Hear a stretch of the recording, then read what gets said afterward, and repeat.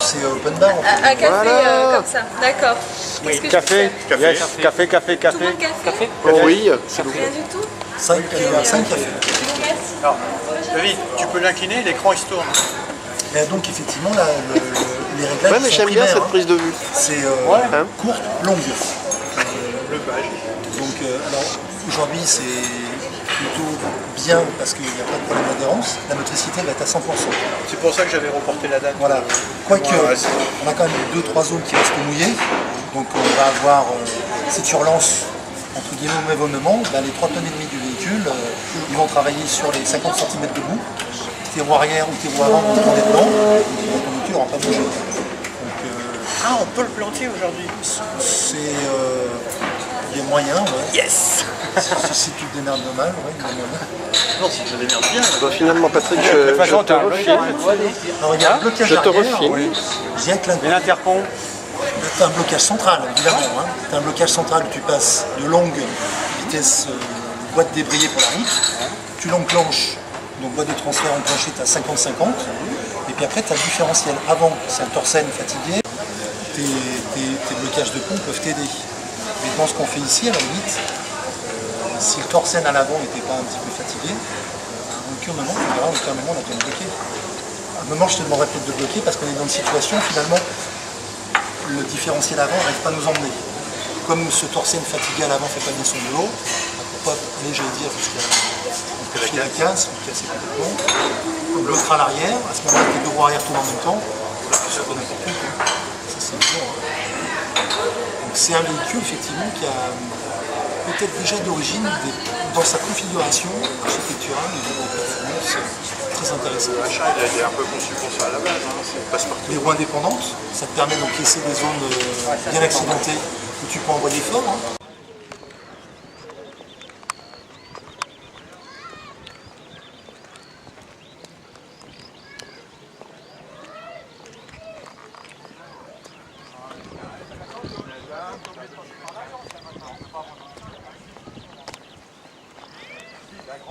La Grange, il y avait toute l'agence qui avait à l'avant. Patrice, il est passé par le comptoir, on dirait qu'il se lance. Non, jamais. C'est impossible. Voilà, ce qui fait que c'est une seule agence.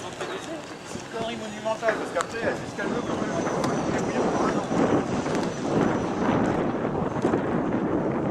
Patrice, il a voulu négocier le prix de la Grange. J'ai dit, c'est très simple. Hein. Je veux pas vous négocier, t'es tout légal. Ah non. Je t'ai expliqué que... Directement, tu nous as mis à la page, tu nous as dit, de toute façon, la Grange, c'est tel prix, si c'est pour négocier, c'est niet. Proche du tracteur, dans le sens où tu as des capacités comme un tracteur, bah, tu vas ronronner comme un tracteur, bon, sauf que c'est effectivement un limite, et puis après bah, tu as de l'entretien comme un tracteur. Ça voudrait dire qu'à chaque sortie tout terrain, derrière, ça fait pompe à graisse. Ne fais pas le con parce qu'après, pompe à graisse. Elle est dans le coffre. Vous avez entendu les mecs? Si vous faites chier, c'est Après, pompe à graisse. après c'est graissage, graissage complet. T'as entendu? Non, c'est vrai que c'est... Patrick, c'est pompe à graisse. C'est vrai que c'est un peu embêtant. Bon, sinon globalement, c'est un véhicule qui a un angle de fuite correct, même si on jugeait par l'état, voilà. Ouais. T'as pas trop de porte-à-faux, mine de rien. T'as un angle de sortie qui est correct, et un tout petit peu pénalisé par la présence de l'attelage. Maintenant l'attelage, bon bah il sert à ce qu'il sert, en tout cas il est là de temps en temps. C'est lui qui tape, c'est pas une partie d'échappement. Moi, j'en ai un avec le pompe. Voilà. Dans le Pajero, j'en avais un, je le mettais parce que c'est le signal d'alarme. Voilà. Par contre, c'est emmerdant, c'est quand tu tapes dans le centre, c'est vraiment. On ne pas du tout pour partir dans les trucs. Ah oui, c'est-à-dire que bon, ça recule quand même, mais tu vas terrasser et ça peut être emmerdant. Mais ça recule. Il laisse les feux arrière quand il recule avec l'attelage qui touche. Après, le ventral, il est ce qu'il est. On a un empattement de 3,30 m, 41 cm de garde au sol, donc on a récupéré un peu de ventral. Et on a atteint globalement.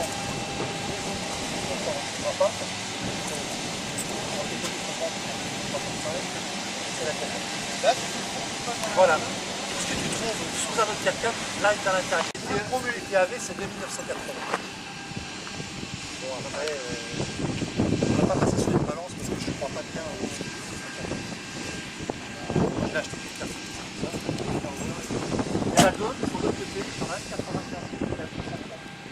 Total, à partir de 150 000.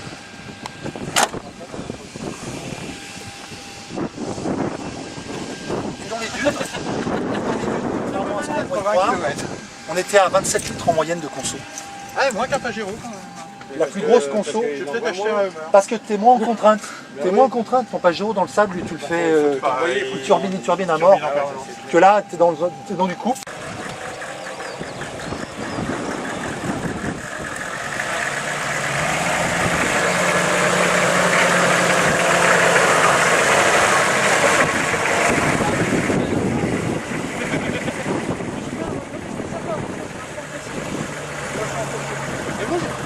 Moi perso, j'aimerais bien avoir un 4x4. Mais j'ai déjà séparé une fois, je suis emmerdé avec, je vais pas recommencer. Non, moi j'en ai une, c'est bon. Elle est fait sécher comme ça parce que actuellement parce qu'on a eu un gamin ensemble et puis bah bon j'en angoisse quoi. Hein, donc ça n'y est. Ah j'aimerais bien, c'est vrai que. Mais bon, là pour l'instant c'est la maison.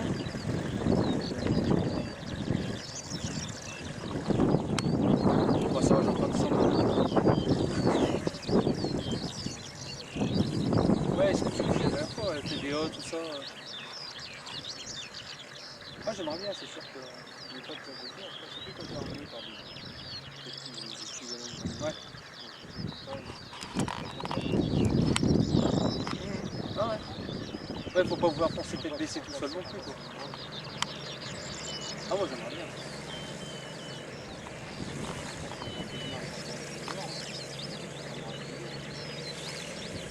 Ah moi je suis content parce que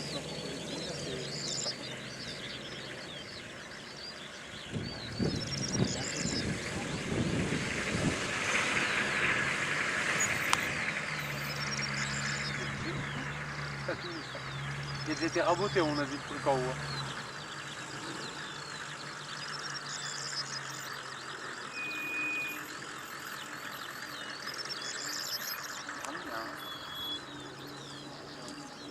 On me rappelle notre première sortie à la Ferté Saint-Aubin. En relançant comme ça, un peu vite, bon bah tu disperses forcément un petit peu de la merde. Ah, t'en vois un peu. On va en profiter. C'est bon, c'est juste pour montrer effectivement l'accélération.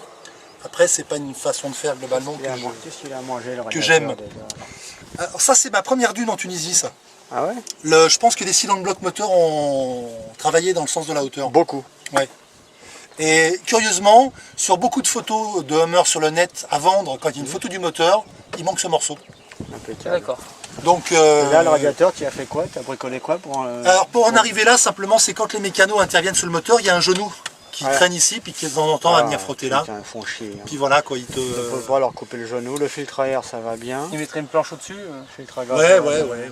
Mais qu'est-ce que tu vois? Après, c'est ce que je disais ce matin, le problème des mécanos de Hummer, c'est que c'est des changeurs de pièces, c'est pas des mécanos. Donc globalement, bah, tu as un véhicule marron. Avec le radiateur typique moteur. Le gros ventilo sur l'axe hydraulique, hein, donc plus effectivement tu chauffes, plus il serre l'axe, plus ton ventilo tourne vite. Le ventilo il tourne en permanence, c'est un passage de pied, c'est emmerdant, parce que tu ventiles la flotte dans ton moteur. Souvent ce qu'on trouve c'est des ventilos additionnels sur le radiateur, on a dit quand même le moteur globalement à refroidir. Parce que comme il est monté, il a quand même des problèmes de chaleur derrière. Sur le 8e cylindre, tu as la pipe d'admission qui vient contre et tu as le turbo. On a dit que le 8e, il prend pas la gueule en termes de chaleur. Et c'est une des causes de casse moteur sur les HO. Bon, après la triangulation, bon, bah, simple, elle travaille quand même. Tu noteras que j'ai un cylindre bloc qui est à mon avis commencé. Parce qu'on a, voilà, on a un petit peu de champ, donc ça c'est pas. Là, il y a de l'usure.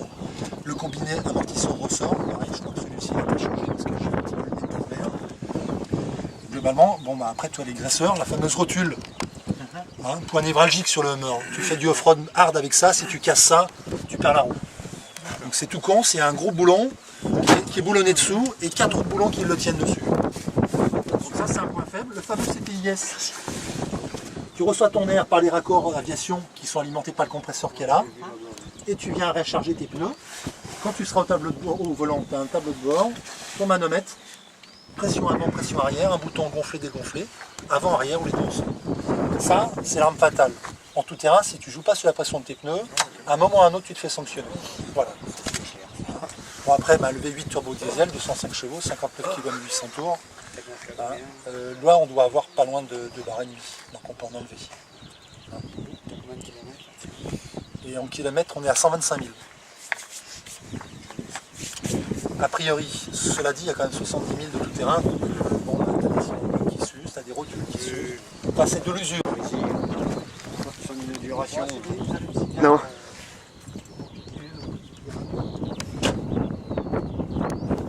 Moi, je lui dis pas, son préparateur, je lui dis Des guilloux. Ouais. ah, d'accord. Ah ouais. Ah ouais.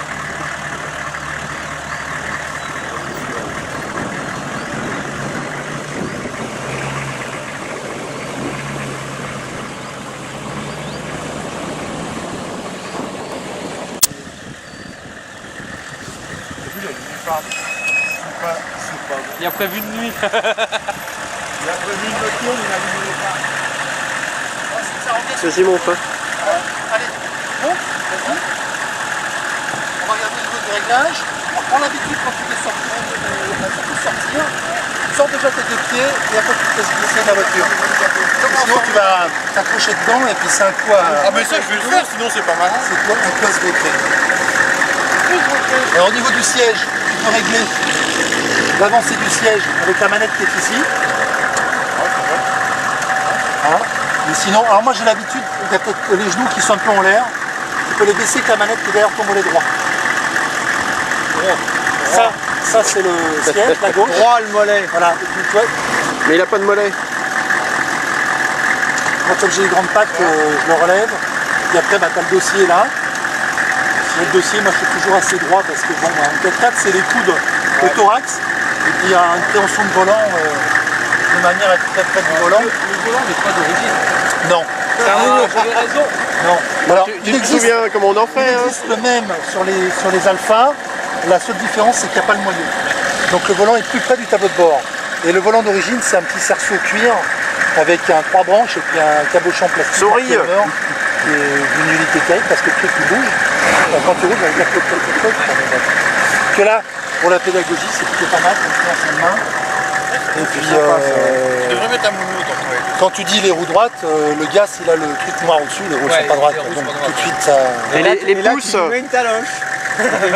Et là, J'ai la longe qui... voilà. Donc là, j'ai le Bah, bras tu assez te long souviens pour ce qu'on taper derrière t'avait la appris tête. quand même? Ah, le pouce il est comme ça. Non, Non, en sur les 4x4. branches. En dehors ou sur la branche. Ah, il pas a dedans. déjà tout perdu. Ouais, moi, Putain, mais tu l'as Mais fait. je conduis comme ça. t'as pas de retour de volant, donc tu peux laisser les pouces que T'as tu pas de veux dedans, il n'y a pas de volant. retour. Tu vois, tu peux même conduire comme ça. Tu peux t'as la pompe de DA qui siffle parce que ça force, mais ça revient pas sèchement. Bon. Voilà, bon après, t'as les manos habituels, ta vitesse, ton compte tour. Je crois que c'est le plus important. Voilà. Le compte tour, évidemment, c'est lui qui te donne ton régime moteur, c'est lui qui te donne des indications sur la motricité du véhicule. Là, on a un terrain très sec, donc tu vas jamais être en sous-régime et tu seras jamais en perte de motricité. Donc là, on va le placer, on va s'amuser, on va chercher des zones à franchir. On s'amusera peut-être souvent avec le différentiel arrière pour corriger l'avant qui déconne. Hein, bah, c'est vrai que je trouve qu'il est un peu raide aujourd'hui, donc c'est peut-être la fin du fin, mais bon. Ok. La lumière est là. C'est la porte ouverte. Après, le reste, on s'en prend, quoi. Les lumières. C'est la lumière qui fait le bip bip. Ah ouais, Voilà. ah, la Le lumière fait que avec tu as la la porte porte. ouverte. Ah ouais. Tu veux l'arrêter, tu l'arrêtes ici. Quoi. Ouais. Mais ça, c'est le bip bip d'une américaine. Toutes les américaines font ça. Ouais. Même celle à forte poitrine. Allez. On fait bip bip parce que tu fais. Ouais, salut. Vas-y, vas-y, ouais. Donc là, il y a deux places, je peux en profiter. Ah mais attends, on peut mettre... T'as pas peur, hein? J'ai mis ma couche. C'est l'éléphant bleu. hein. Bon, alors pour information, on m'entend dans la main. Hein? Ouais, courage. Si, derrière tout le coude. Bien derrière. Qu'est-ce que c'est que Alors, cette tête de là, mort? je suis... Ah, Patrick? Alors, boîte de transfert. Un gosse. H 40-60. HL que tu peux pousser en roulant, 50-50. Ouais. Courte que tu passeras automatiquement Low, par le high. point mort. Donc low, high lock. Et le N, c'est... Neutral, D'accord. neutral, point mort. Neutral, reverse, marche arrière, arrière. parking, Overdrive qui sert absolument à rien tout terrain. C'est une D'accord. demi-vitesse qui te permet de baisser le régime moteur Sur qui autoroute. te fait moins consommer. Drive, première, deuxième. D'accord. Le drive, c'est l'équivalent d'une troisième. Si tu te mets en drive, tu vas accélérer, il va faire première, deuxième drive. En tout terrain, tu le disais tout à l'heure précisément, on ne roule pas vite. C'est première, deuxième. Première, il va un peu ronfler, ça sert à rien. Deuxième, il va toujours travailler plus ou moins en deuxième. Ok. Hein. Le drive, je m'en souviens, moi l'avoir utilisé, c'est sur les pistes en Afrique. Tu as envie de rouler à 5 km/h, tu mets le drive. Effectivement, overdrive en tout terrain, jamais. Sinon, tu escales plus rapidement ta boîte. 2, 1, comme ça. Voilà, ça c'est le frein à main, il sert quasiment à rien. Regarde. Tu te crochettes sur la boîte, le frein à main, on s'en servait si on s'arrêtait au milieu de la pente. Là-bas. D'accord. Hein, tu te mets point mort, tu tires ton frein à main, tu le bloques, et après tu crochettes la boîte. Parce que si tu crochettes la boîte dans une position comme ça, tu le fais pendant 20 km, puis le 25 km, la prochaine boîte, il est 25. Tu n'as plus à déverrouiller ou tu n'as plus à mettre. Voilà, les vitres électriques, tu as de ton côté. La vitre électrique est un petit peu feignante quand elle remonte de ce côté-là, donc tu tiens à insister, ou éventuellement tu la bloques.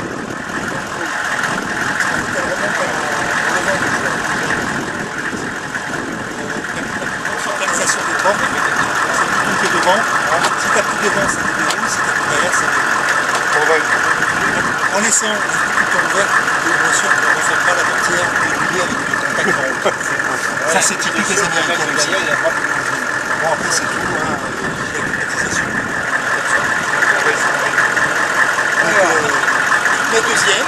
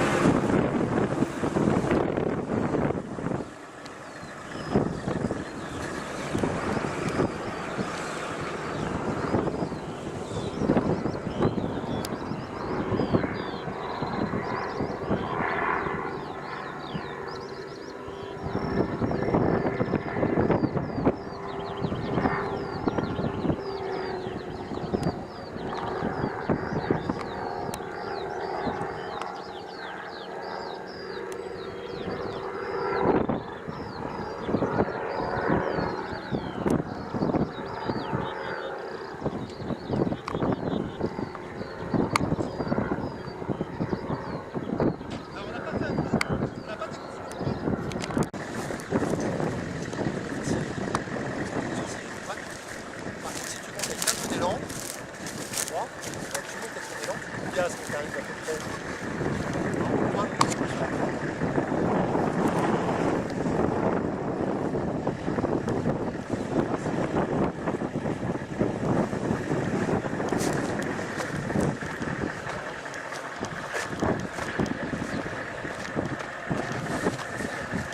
Très épineux, en plus on a dégonflé, donc le va arriver dessus. Voilà, les petits terrains, c'est un obstacle. On a envie de laisser le gendarme passer le pneu. Avec le pas Giro, Voilà. là, t'arrives, tu passes par là ou tu passes par Voilà, là. exactement. Tu fais pas Bon, ça. bah là, tu as un truc intéressant avec la choc, c'est que tu as 41 cm au-dessus du sol. C'est-à-dire que s'il faut, le caméraman, tout à l'heure on l'allongera par terre, tu roules dessus. C'est plus moi. Hein. Mais si, t'as 41 cm, tu t'allonges, tu passes par-dessus sans problème. Et ça te choque. Hein. Il n'a pas le bras comme ça. Ah ben, à ce moment-là, il faudrait qu'il mette le bras dans la bouche. Parce que la caméra va pas accepter le choc. Non, mais t'as une garde au sol. non, mais la caméra, il y a 41 cm, tu toucheras pas le pion. Si je passe 41 cm, Tu le vises. il suffit que Tu passes dessus. Tous les obstacles, c'est comme ça qu'on les gère. Non, par contre, ce qu'il peut faire, c'est poser la caméra là, elle se fait rien. Ah, tu peux la mettre. Tu peux la mettre. Il va s'arrêter en haut. D'accord. Il met un peu la gomme, il s'arrête en haut.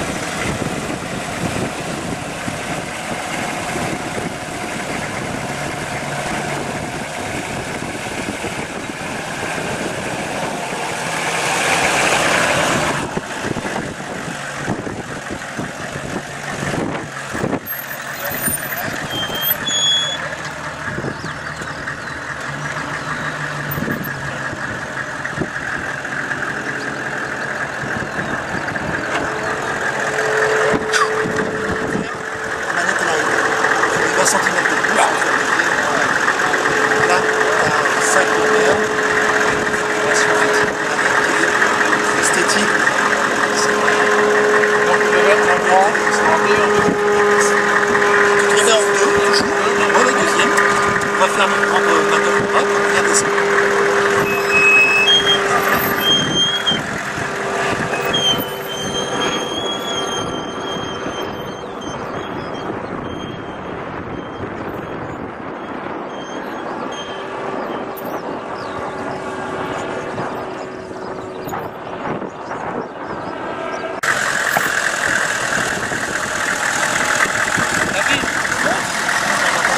Non, c'est bon, je filme.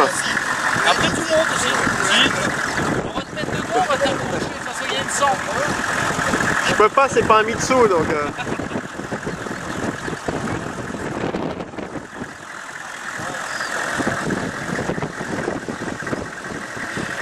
Alors, voilà t'es bon. Depuis tu l'as suivi.